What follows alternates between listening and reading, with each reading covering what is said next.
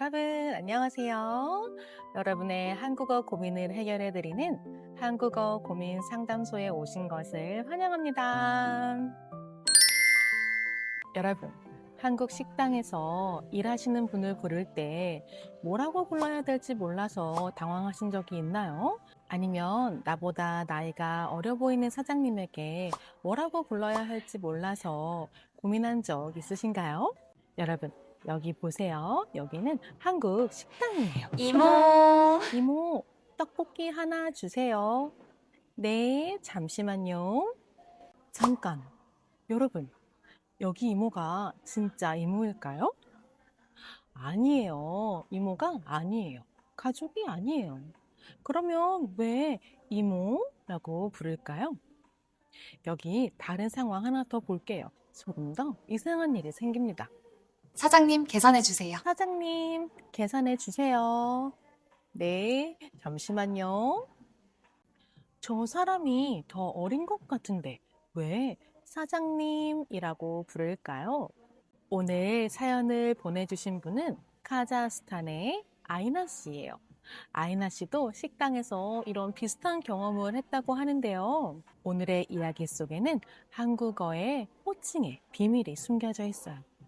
여러분, 여기서 호칭은 다른 사람을 부를 때 쓰는 말을 뜻해요. 우리가 자주 쓰는 엄마, 아빠, 선생님 이런 말들이죠. 오늘 상담 정말 재미있을 것 같지 않나요? 아이나 씨에게 무슨 일이 있었는지 같이 사연을 읽어봅시다. 안녕하세요, 선생님. 제가 지난 주말에 한국 친구와 분식집에 갔는데, 여러분, 여기서 분식집은 떡볶이, 순대, 튀김, 김밥, 이런 것들을 파는 식당이에요. 분식집에 갔는데, 친구가 갑자기, 이모, 떡볶이 하나 주세요. 해서 깜짝 놀랐어요. 친구 이모가 여기서 일하시나? 라고 생각했거든요. 그런데 친구가 웃으면서 아니야, 식당에서는 그냥 이모라고 불러 라고 하더라고요. 그런데 조금 뒤 카페에서는 또 다른 일이 생겼어요. 카운터에 있는 분이 저희랑 나이가 비슷해 보였는데 친구가 사장님이라고 부르는 거예요. 왜 가족도 아닌데 이모라고 부르나요? 왜 나이가 비슷한 것 같은데 사장님이라고 부르나요?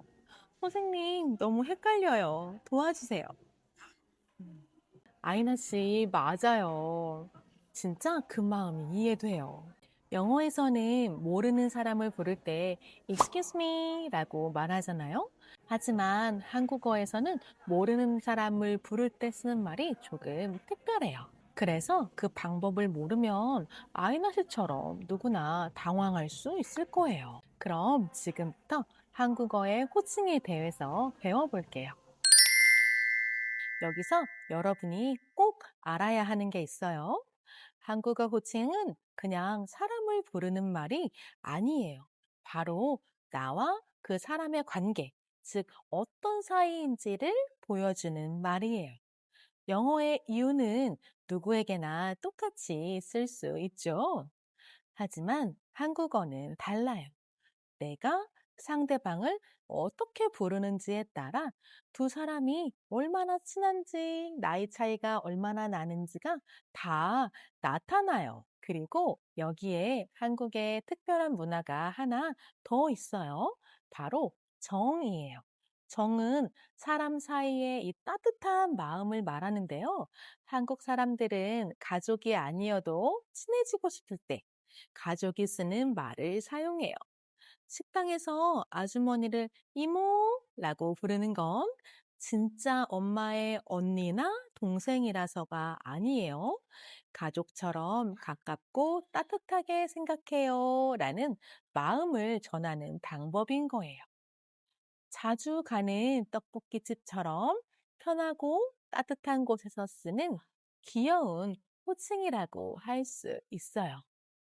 하지만 카페 사장님은 완전히 달라요. 사장님이라는 말은 나이가 아니라 그 사람의 역할, 즉, 하는 일을 부르는 말이에요. 그 사람이 가게 주인이라면 나이가 나보다 적거나 비슷해도 사장님이라고 부르는 게 맞아요. 쉽게 정리해 볼까요? 이모는 우리 친하게 지내요 하고 마음을 보여주는 호칭이고, 사장님은 그 사람의 자리를 존중해주는 호칭이에요. 이 두 가지를 보면 알 수 있죠.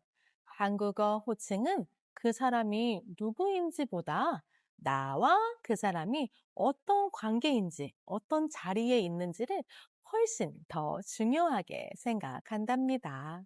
그러면 여러분, 여기서 재미있는 퀴즈 하나 풀어볼게요. 50살 손님이 30살 사장님에게도 사장님이라고 부를까요? 네, 맞아요. 사장님이라고 불러요. 왜요? 왜냐하면 한국에서는 역할을 존중하는 문화가 있기 때문이에요.